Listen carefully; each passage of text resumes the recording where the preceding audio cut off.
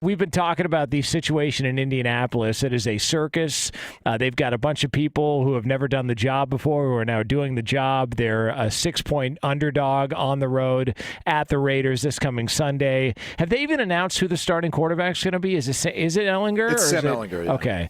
Nick Foles is also healthy and on the roster as well, too. But apparently he's not going to be getting an opportunity to start for the Indianapolis Colts. But then the conversation turns over to Frank Reich, the former head coach, who spoke recently and said he's basically was on his way to North Carolina to go see his kids and his grandkids. They're just going to decompress, but that he would like an opportunity to coach in the NFL again, and I hope he gets it. You talk about under the radar, difficult situation to have to coach in. All the changes at quarterback, like we've talked about. Andrew Luck retires on the sideline during a preseason game. Jacoby Brissett, Phillip Rivers, Carson Wentz, whatever the hell you call this year with Matt Ryan and Sam Ehlinger. Oh, and on top of it, you've got an impulsive owner, Jim Irsay, who's just wheeling and dealing like he's playing fake football or fantasy football somewhere. I hope Frank Reich gets another opportunity. I don't know when it's going to happen, but to me, he did a pretty decent job considering all that he had to work with there in Indianapolis. So we'll see. See how it shapes up. He left with a winning record. Yep. You know, they went to the playoffs, what, was it 2 years? Yeah. He had a 1-2 record in the postseason. Won a playoff game. I mean, I don't know. I think when you step back and you really think about what was ushered to him, and by the way, he wasn't even, think about how awkward it was when he first got there. He wasn't their first choice. That was, he came there via the whole Josh McDaniels debacle. That's right. And so then Frank Reich gets hired. He has Andrew Luck for a season. They go 10-6. I believe that's the year they won their first playoff game and then lost the subsequent game in the divisional round. The next year, Luck surprise retires. He's got to deal with Jacoby Brissett. They were a game under 500, I think, while Brissett was their starter. But then they find Phillip Rivers after that. They win, 11 games that season? Yep.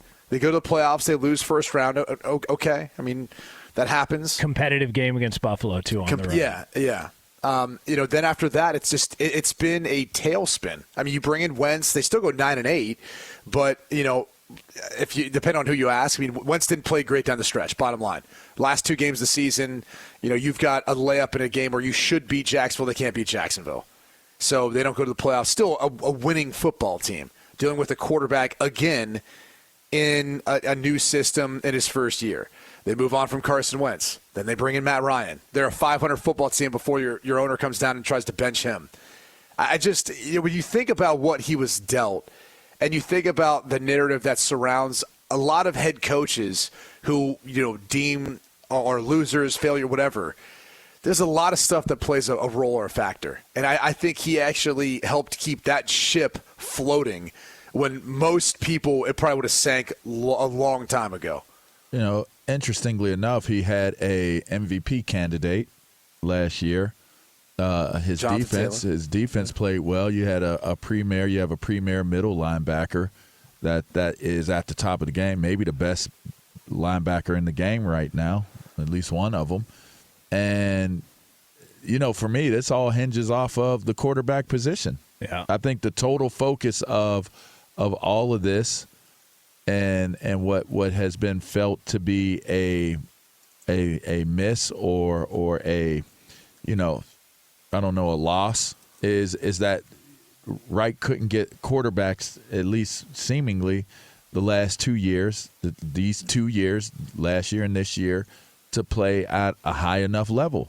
And I just wonder, I'm curious did he have to take the scapegoat role from the GM? Because, again, we talked about this earlier in the show, and it was highlighted. Q made it a point to talk about how poor the offensive line has been playing. And I just wonder, has he taken the brunt of what seemingly is bad personnel moves, or is it a lack of development? But one thing's for certain, they didn't go get a quarterback where, to me, you're like, okay, let's develop this guy. You are clearly in a win now mentality.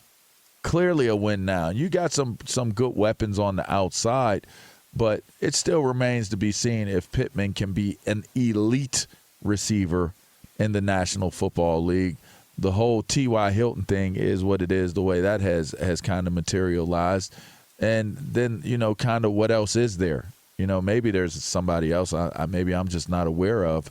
But I just don't feel like one thing that they've always had, that they always had a staple tight end that played for their team, always had a tight end. They always had a running back, and they've always had a quarterback. And they've always been able to pass rush. Like, that's what the Colts' staple has been when they've won. You had a Dwight Freeney, you had a Marshall Faulk, or you had a Edgerrin James, you had a Peyton Manning. You had a Marvin Harrison. You had a one receiver. You've always had a one receiver, whether it was Reggie Wayne being the number 2 at one point, becoming the number 1. You've always had those things. You don't have that type of personnel on your roster right now. And I don't know how much of that falls on Frank Reich in this scenario, and I would have to assume not very much. You want to know where I think things went awry for him, where he was doomed? I think he was the one who sold Jim Irsay and Chris Ballard on Carson Wentz and said, I worked with him in Philadelphia. He was on track to be an MVP that year before he got hurt. Trust me, I believe I can get the most out of this guy. And then when Carson Wentz came in, if you look at his numbers, and Brady's pointed this out before, his numbers weren't bad. They were better than Matt Ryan's. For sure. Especially in the first year in a system. Of course. And then, he did throw an interception and a pick six left-handed. But you know what? That's a skill set. That's a skill set in this league that a lot of people can't perform or pull off. But I think it ended so poorly that Jim Irsay was so disgusted by the fact that they lost to Jacksonville that final week that he basically put all of it on Frank Reich and said, you sold me on this guy. A quarterback I need isn't going to lose games like this, even though it wasn't all Carson Wentz's fault. He didn't play well, but it wasn't all his fault. And I think he never was able to overcome that. And because there's reports out now that Jim Irsay was the reason why Carson Wentz was dealt, that he was just so fed up with it after the first year. And I think Frank Reich was behind the 8 ball from the get-go, and it was only a matter of time, if Matt Ryan performed poorly, that he was going to be out. That's where I think this thing went awry, because he sold everybody. So in part, blame it's a Carson little unfair. Wentz. I mean, look, the bottom line is I think the vaccination status apparently had something to do with it too, where Irsay was pretty vocal and ticked off about how Carson Wentz handled that. And by the way, that's not the only owner, quarterback that had issues with it, right? Yeah. We saw issues up in Minnesota with what happened with Kirk Cousins and his vaccination status. I think that became a pressure point for a lot of people. I mean, look, it did for people out there, in their personal lives. It doesn't matter if you want to talk about, not to get into politics or other social issues, but like that became a breaking point for a lot of people in their relationships with the decisions that people made personally with how they went about handling COVID. And I think that was as much to attribute to it as anything else, because if you look at the rigors that the NFL made teams go through for players who weren't vaccinated or immunized, to use Aaron Rodgers' word, they had to jump through a lot of hoops, and it made it so much more difficult to be able to operate based on how the NFL set things up, because they were trying to get everyone to get vaccinated. And if you weren't, they were going to make your life a living hell. And that's, I think, one of the issues that Jim Irsay faced amongst some other teams, and he was vocal about it. Like, it's not a secret. It was reported, it was talked about, and it is what it is. Like, I think that was one of the more pressure points that frustrated him. But I tend to give Carson Wentz the benefit of the doubt. I think for any quarterback going into a system in its first year, it's a hard transition. And it's hard to develop chemistry with the guys you're throwing to, your O-line, everything else. You saw that with Matt Ryan this year. Leaving what was the Atlanta Falcons to go to a team he thought was going to be better, and it wasn't.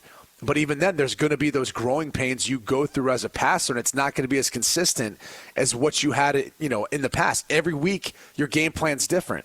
And until you've got a better feel for what you're doing, you're not going to be able to execute at the same high level as what you're accustomed to. I don't even think it's debatable. They would be better off had they kept Carson Wentz for year 2 than what they did in the offseason. With what they had to give up to try and get Matt Ryan in, had they stuck with Carson Wentz, they'd be in a better spot, and they'd be a contender in the AFC right now. Sometimes you got to exercise restraint and patience.